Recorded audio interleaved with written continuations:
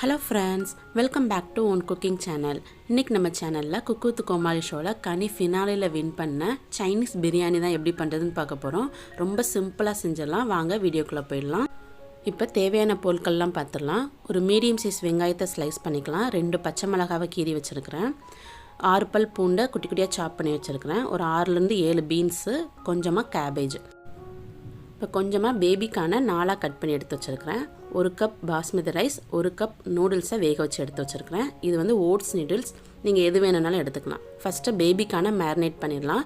அதுக்கு 2 tablespoon cornflour, 2 tablespoon maida மாவு சேர்த்துக்கலாம். 1/2 tablespoon red chilli powder, கொஞ்சமாக உப்பு, 1/4 டீஸ்பூன் கரம் மசாலா இதெல்லாம் சேர்த்துட்டு லைட்டாக மிக்ஸ் பண்ணி விட்டுக்கலாம். இப்போ நம்ம கட் பண்ணி எடுத்து வச்சுருக்கிற பேபிகார்ன் சேர்த்து மிக்ஸ் பண்ணிக்கோங்க. அப்புறம் கொஞ்சமாக தண்ணி சேர்த்து அதை நல்லா விரவி வச்சுக்கலாம். பாருங்கள், இந்த கன்சிஸ்டன்சிக்கு நல்லா மிக்ஸ் பண்ணி எடுத்துக்கலாம். இப்போ இதை நம்ம ஃபஸ்ட்டு ஃப்ரை பண்ணி எடுத்துக்கலாம். இப்போ ஆயில் சூடு பண்ண வச்சுருக்கிறேன். ஆயில் சூடு ஏறினதும் ஒன்றா போட்டு பேபிக்கான நல்லா கோல்டன் கலர் வர்ற வரைக்கும் நல்லா கிறிஸ்பியாக ஃப்ரை பண்ணி எடுத்துக்கலாம்.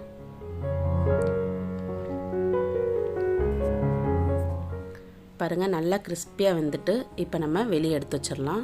நெக்ஸ்ட் ஒரு பேன் வச்சுட்டு ஃப்ரை பண்ண எண்ணெயே கொஞ்சம் எடுத்துக்கலாம்.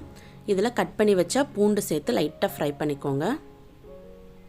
அதில் 2-3 ஏலக்காய், 2-3 கிராம்பு, அன்னாசிப்பூ, அப்புறம் பிரிஞ்சி இலை, கல்பாசி, ஒரு சின்ன துண்டு பட்டை இது எல்லாத்தையும் சேர்த்து நல்லா ஃப்ரை பண்ணிக்கோங்க. இந்தளவுக்கு நல்லா ஃப்ரை ஆனதுக்கப்புறம் இதில் பச்சை மிளகாய், அப்புறம் கட் பண்ணி வச்சுருக்கிற வெங்காயம் சேர்த்து நல்லா வதக்கிக்கோங்க. கண்ணாடி பதம் வர்ற வரைக்கும் மட்டும் வதக்கினா போதும், கலர் மாற வேண்டாம். இந்த அளவுக்கு நல்லா வதங்கிட்டு இப்போ கட் பண்ணி வச்ச வெஜிடபிள்ஸ் சேர்த்துக்கலாம். சேர்த்துட்டு இதுக்கு தேவையான அளவு உப்பு சேர்த்துக்கலாம். இதில் கேப்சிகம் இருந்தால் அது கூட சேர்த்துக்கலாம்.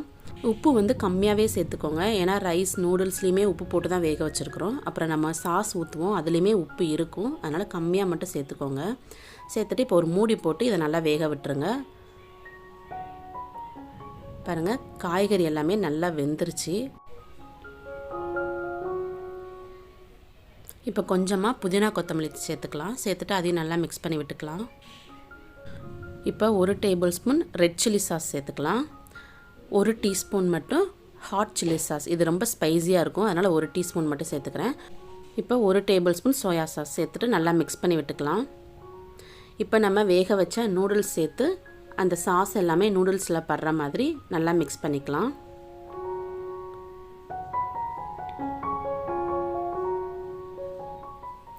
இப்போ 1/2 டேபிள் ஸ்பூன் பேப்ரிக்கா பவுடர் சேர்த்துக்கலாம். இது இல்லை அப்படின்னா நீங்கள் ரெட் சில்லி பவுடர் சேர்த்துக்கலாம். ரெட் சில்லி பவுடர் நீங்கள் சேர்க்குறதா இருந்தால் நூடுல்ஸ் போடுறதுக்கு முன்னாடியே நீங்கள் போட்டுருங்க. போட்டுட்டு அதோட பச்சை ஸ்மெல் போனதுக்கப்புறம் நீங்கள் நூடுல்ஸ் போட்டு நல்லா குக் பண்ணுங்கள். இப்போ நல்லா மிக்ஸ் பண்ணிட்டோம். இப்போ பாயில் பண்ண பாஸ்மதி ரைஸ் சேர்த்துக்கலாம். அதில் 1 டீஸ்பூன் மட்டும் பெப்பர் தூள் சேர்த்துக்கலாம். சேர்த்துட்டு இதையும் நல்லா மிக்ஸ் பண்ணிக்கலாம். பாருங்கள், சூப்பராக ரெடி ஆகிட்டு. இப்போ ஒரு கடைசியில் ஒரு 1/4 டீஸ்பூன் மட்டும் கரம் மசாலா சேர்த்துக்கலாம். சேர்த்துட்டு நம்ம ஃப்ரை பண்ணி எடுத்து வச்ச பேபிக்கான இதில் சேர்த்துட்டு லைட்டாக மிக்ஸ் பண்ணிவிட்டு அப்படியே சர்வ் பண்ணுங்கள். டேஸ்ட்டு சூப்பராக இருந்தது. கண்டிப்பாக வீட்டில் ட்ரை பண்ணி பாருங்கள். எல்லாருமே ரொம்ப என்ஜாய் பண்ணி சாப்பிடுவாங்க. ட்ரை பண்ணி பார்த்துட்டு உங்கள் ஃபீட்பேக் எனக்கு மறக்காமல் கமெண்ட் பண்ணுங்கள்.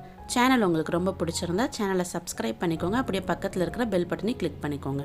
ஓகே ஃப்ரெண்ட்ஸ், நெக்ஸ்ட் ஒரு இன்ட்ரெஸ்டிங்கான ரெசிபியோட நான் உங்களை மீட் பண்ணுறேன். அது வரைக்கும் பாய்.